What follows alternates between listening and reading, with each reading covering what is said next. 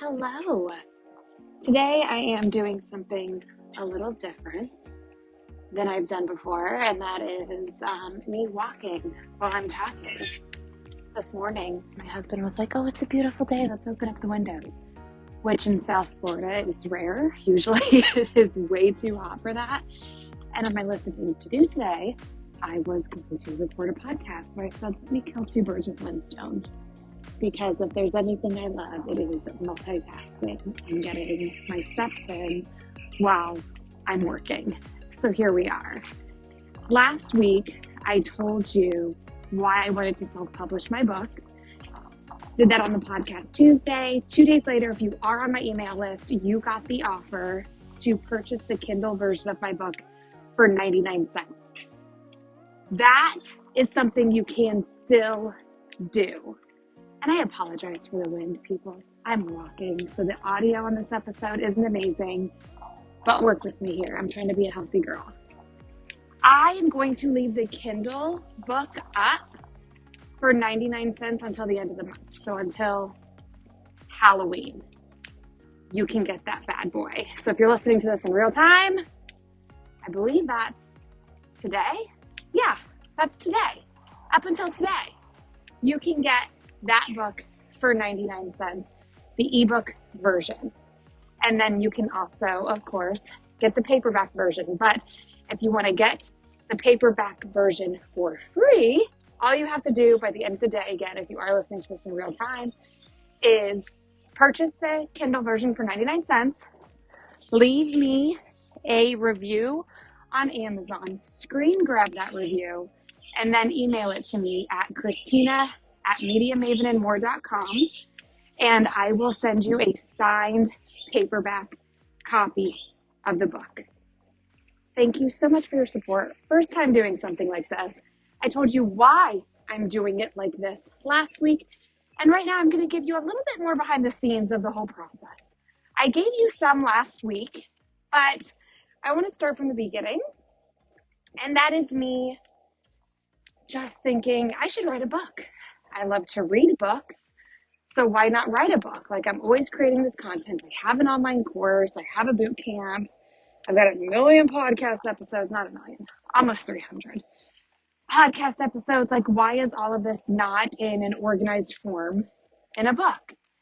And so I wrote the outline and I started writing the book. I explained last week how the proposal came first. And then I was speaking with somebody about getting a book deal, and she said, well, a lot of times you just need the book written. And a lot of times when you send a proposal, they want to see some sample chapters. And sometimes the sample chapters aren't just chapter one. They want to see something else. So I said, all right, screw it. Let me just write the whole damn thing. I had an outline to follow. Again, that was from the proposal. But when it came down to actually just sitting down to write the book, I didn't want to do it. I wanted to do other things. Now, once I got started, I was good and I was in the flow. And a lot of people, they count how many words they write. I mean, they don't count them, right? The computer tells them how many words they write. And I think a lot of people try to do 1,000 words a day. And I do believe that like a traditionally published book, like the size you see in the bookstore, is around 40,000 words. My book is a little bit more than half of that. It's 20-some thousand words. That's why it is a paperback book and not a hardcover. Plus, hardcovers are just crazy expensive to produce. Oh, I'm going to make a U-turn here because we have some landscapers. You don't need to hear that. So at first I was like, okay, well, everybody does 1,000 words a day. I'll just do that. But it was so hard for me to sit down and write it.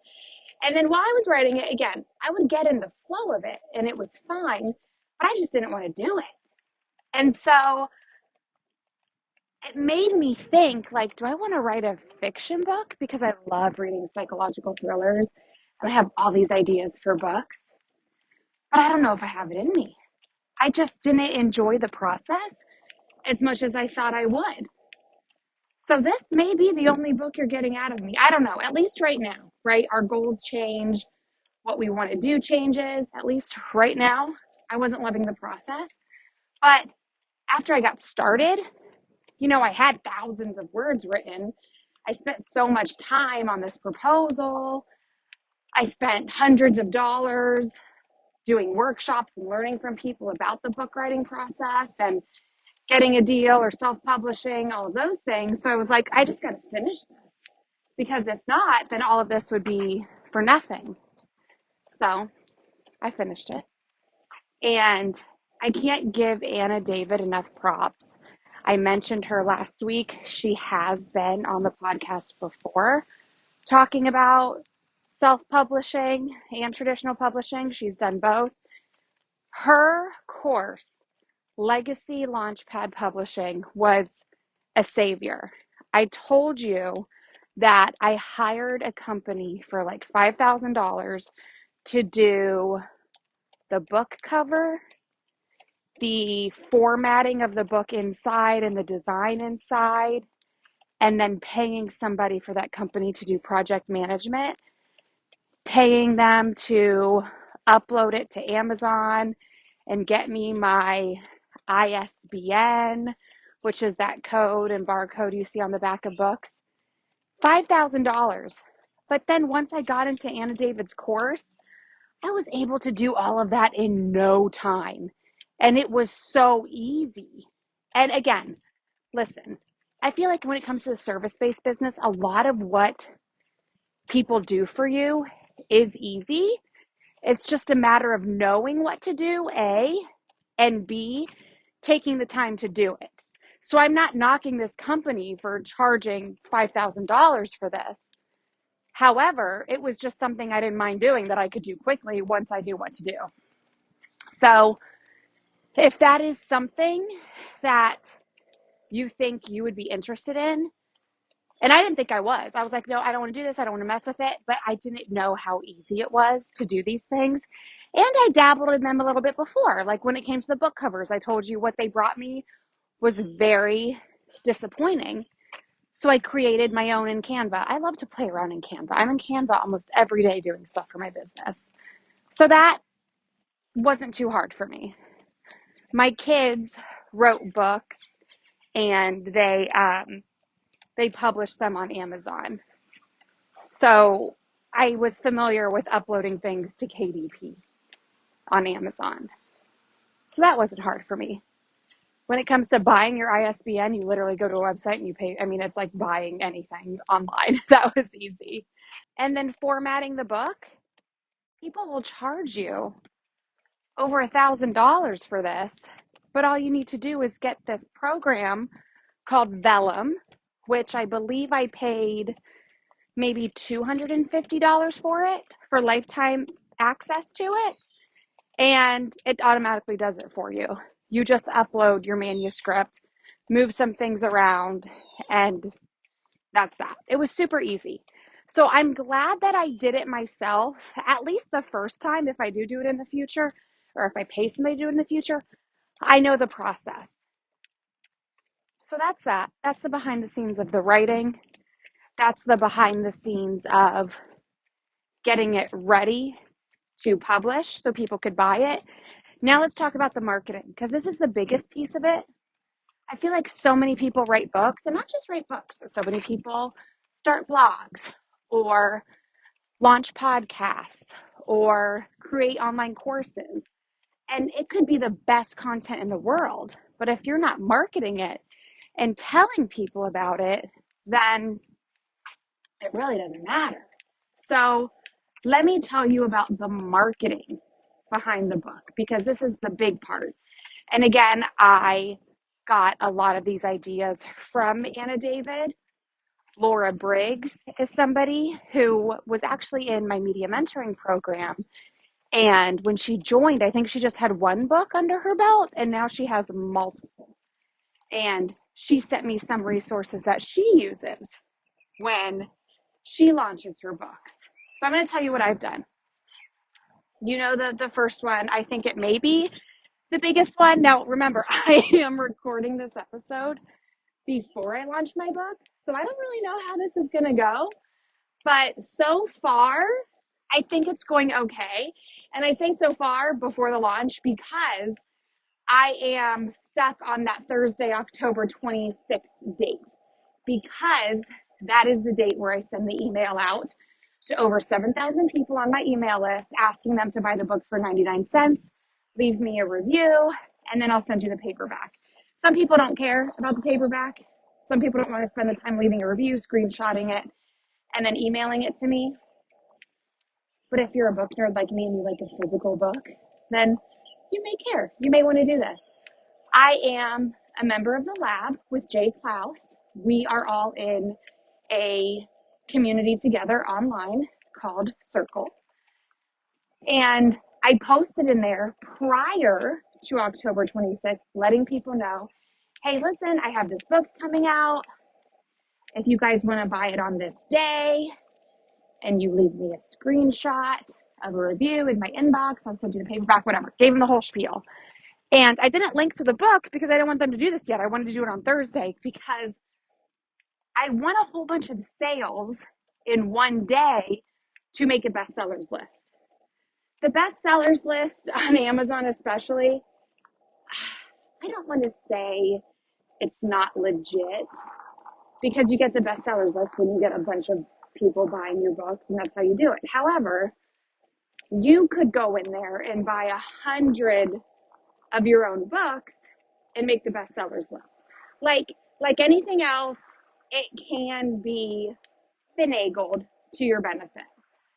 I think James Patterson, who is like the world's best-selling author and will make the bestsellers list no matter what he puts out, I believe he has talked about how the New York Times bestsellers list is a joke and how the way it's done is not accurate in the fact that this is the book a lot of people are buying. And there's so many things that go into it. It's like those awards or like the Inc. 500. A lot of this stuff is pay to play and people on the outside don't realize it. But there's so much, I don't want to say shadiness, but there's so many, it's like our government, right? Like there's so many loopholes on how certain people can benefit and others can't, and ways to get on this list or be mentioned here or there. And it's a thing. So anyway, my understanding with Amazon is if you get a bunch of sales in a short period of time, for at least that time, that hour, whatever, you will be an Amazon bestseller. You can put that in your marketing materials. You can put it on the cover of the book. The only reason this interests me is because I was part of a book launch a few months ago over the summer, and it was a compilation of authors. I submitted a chapter to the book. It's called Mission Possible. It is designed for women in business who are in their first few years of business and they want to start and grow it. And this is what they did. They did a big live virtual book launch event, really pushed on sales for a day to get on the bestsellers list of all these categories. Now, I am not going to do a live virtual event. I am not, honestly, I'm just not that driven to do it. That's just a lot of time and energy, and I don't like having stuff like that in my calendar. However, my friend Jessica Terzakis, who was on this podcast before and is so sweet and so giving with everything that I do, she offered for me to go live to her audience. And I feel like going live to her audience is more beneficial than me going live to my audience because you already know me. You're already listening to the podcast.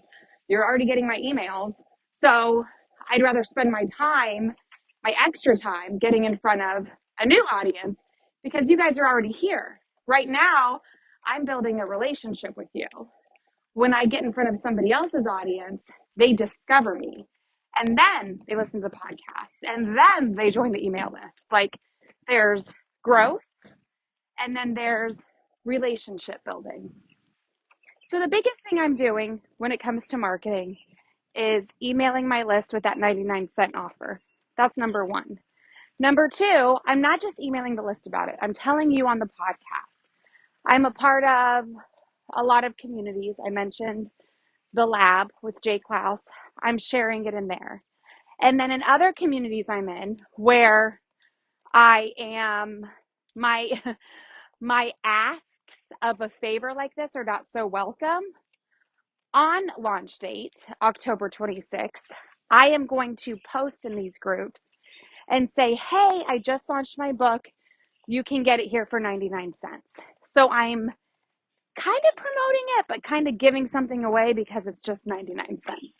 I'm not going to share the screenshot of the review to get the free paperback because that may seem shady to some people. Like I'm paying you for a review, which I'm not. I'm just incentivizing you because I feel like today for people to leave a positive review or experience, they need to be incentivized. For some sad reason, people are more likely to leave a bad review when they have a bad experience, but not leave a good review when they have a good experience because the positive reaction is just expected. Like that's how it should be. So you shouldn't have to leave a review. But I still think it's important and it really means a lot to the person who is giving you that good service or that good product. So on the day the book launches, I'm going to share everywhere far and wide that it is available for 99 cents. And I will do that for 5 days or so until the end of October. I also jumped in Fiverr to get some mock-ups done. It's hard to make an ebook look pretty on your own. And I mean, you can pay a genius on Fiverr $5-10 to do this. I paid somebody, I think it was $10, and he created 30 different mock-ups of the book in a paperback form and the companion workbook in a digital form. So the book also has a companion workbook. And this is something that I hope to build on. So as you're reading the book and going through the companion workbook to help you implement what's in the book, like I'm hoping I get back because it's a download. So I can update it anytime I want. Like, oh, this is helpful. This wasn't. I would love to see this in it. Then I'll update it. And you can get the new version to help you implement what's in the book. And the goal for the companion workbook is twofold. One, it's to help you actually implement what's in it. As you will hear in the next few podcasts, I am going to go through my takeaways from Atomic Habits. And that is because I listened to the book once and I was like, oh, this is great information. And then a few days later, I forgot all about it. So I said, let me listen to it again, or let me read it again. Let me actually buy the physical copy, read it with a highlighter, mark everything I'm highlighting, and then do a podcast episode about everything I highlighted. So I'm saying it out loud after I highlight it, so then I can retain it better. So I know having a companion workbook will help you retain and implement what is in the actual Become a Media Maven book. That is the goal for that. And it's to build my email list. To get the companion workbook, you need to leave me your name and your email address to download it. And this is something that, again, a conversation with Anna David helped me realize. When I first started chatting with her, I said, my book is going to be about how moms can start and build a business without any mom guilt. Because I've never felt guilty for being a working mom, having a business, any of that. And apparently that's rare. Apparently a lot of moms do feel guilty for this. And I was like, well, I can help moms with this. And I can say, like, this is how you do it. And this is why you shouldn't feel guilty doing it. So it's like half business book, half self-help book. And Anna David was like, no, you're not going to do that. And I was like, why not? I was like, this is brilliant.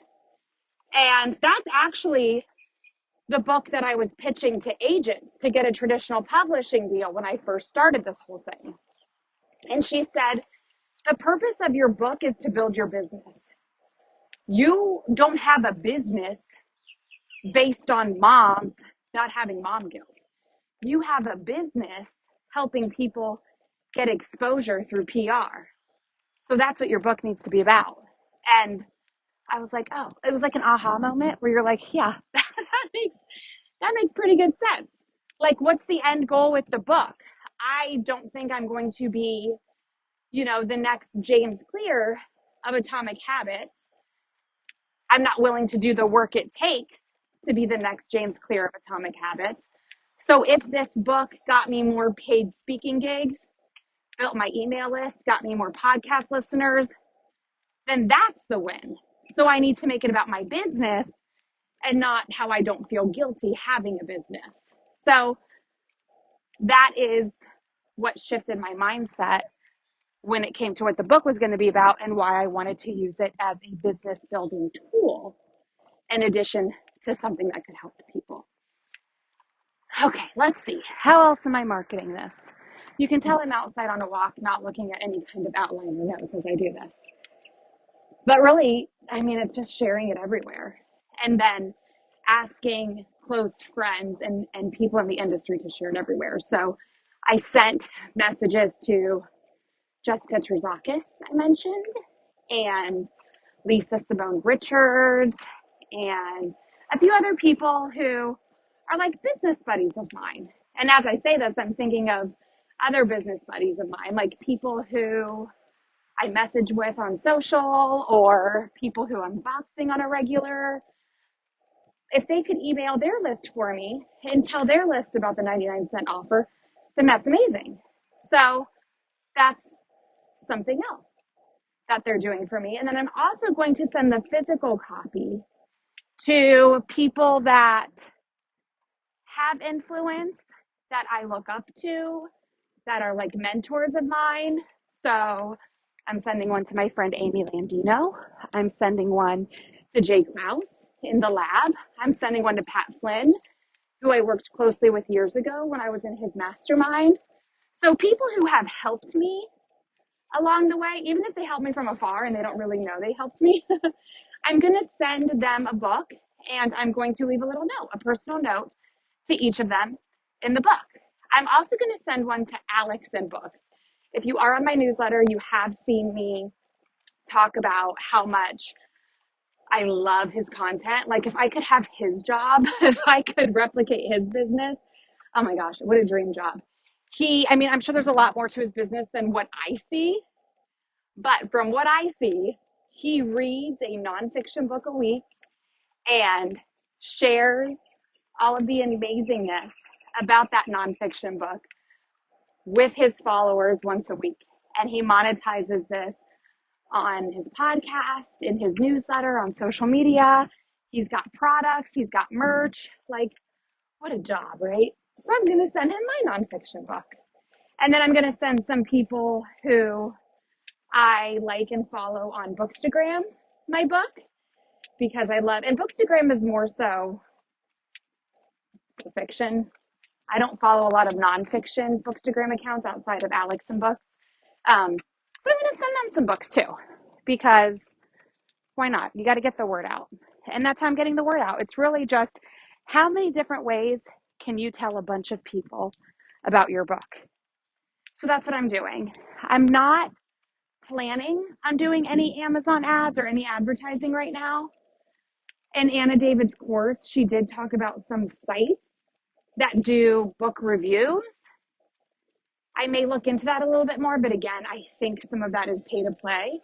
And I'm trying to go the all organic route. And I don't know if I always do this because it's like I want to experiment and I just want to see how far I can go without spending money on ads. But I think that's it. Like I just want to see the challenge. And I'm a big believer in practicing what I preach. If I'm all about getting attention without ads, then this is how I got to do it. Another thing I could do, haven't done yet, is pitch the local media. I probably, in the next few days, will send a pitch to not the Palm Beach Post, which covers all of Palm Beach County. I may, but there is a small local newspaper where I live in Wellington, Florida, which is a village, is what it's called, but it's a city really, in Palm Beach County. And they have a little newspaper. They covered my sale of podcast clout. So if a local business owner is releasing a book for other business owners, then that's newsworthy because it's hyper local to where I'm at. I'm also part of the local Chamber of Commerce. I'm going to send an email out to all of the members there through the Chamber's email. I don't know if this is good for local TV because it's very focused to business owners. If I play up the fact that I'm a local author with a business that serves local business owners, maybe that'll help me a little bit more. So there's that option as well. Again, how can you tell as many people as possible about your book in as many ways as possible? It really just comes down to making the list. And then sharing on social media. That's a big one. I am going to do this on the regular sporadically, but the week the book launches, I am sharing something almost every day. I mentioned those 30 mock-ups. I'm sharing